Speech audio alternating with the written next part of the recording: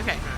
Hey guys, welcome to Dig It with Raven. We're doing a special on-site filming today with one of my best friends here. This is McLaughlin. He is the expert on Irish everything.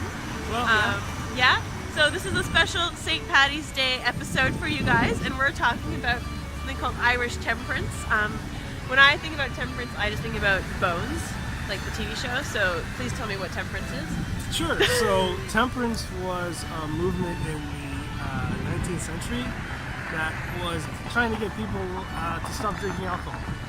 So there was a feeling that people were drinking too much, and this was a way to get them to stop. And it was largely a Protestant movement, Protestant revivalism, evangelicals that were going around telling people not to drink, sort of the precursor to the prohibition stuff in the 20th century.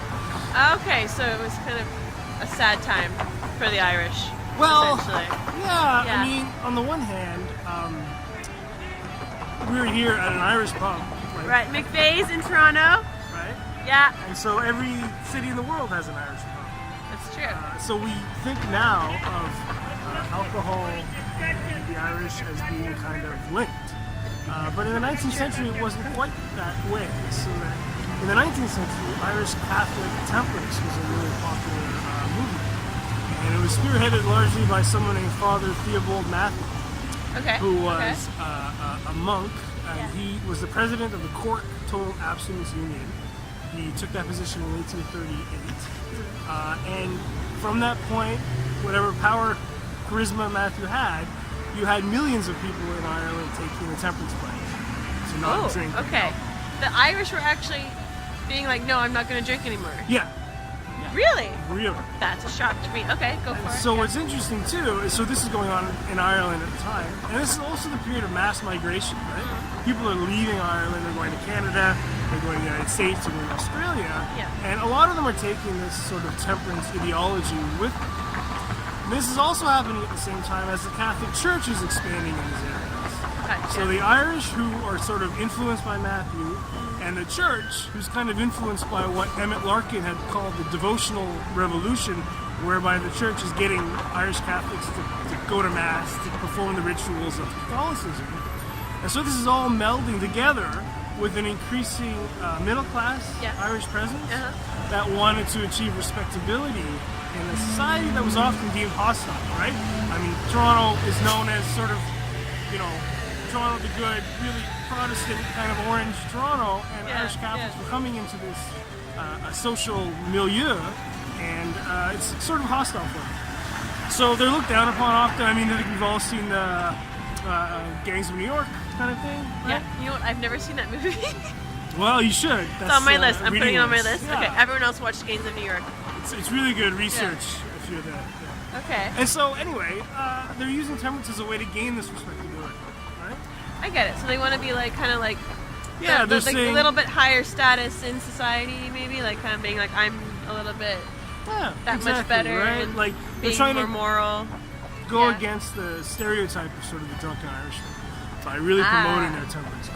Okay. Yeah. Okay, so that's so different from today's kind of point Very of view. different, Like, right? yeah, because people go to Ireland to drink. People go to Irish pubs to drink. Like, if anywhere in the world you look for an Irish pub because you know you'll have a good time there. Yeah, and I mean St. Okay. Patrick's Day is, it's more like, it's less a religious holy day than it is a sort of frat boy kegger. It's so true. That's all I thought about. I never knew the real history of St. Patrick's Day until like a couple of years ago. Yeah, It's yeah. shocking. Like, it's And in the 19th century, temperance societies and bands, they were toasts, non-alcoholic toasts at St. Patrick's Day. what were they drinking? They were drinking juice, grape juice. Just juice. Oh, Yeah. so the fake wine Sort of that the you fake get for wine. like your aunts. Yeah. The holidays, the fake bubbly at the no frills. Yeah, exactly. Ah, gotcha. And you would get, toast to Father Matthew, toast to, respectability, and all this sort of stuff. And the interesting thing is, like you said, now we don't think of it that way. No, it's so different.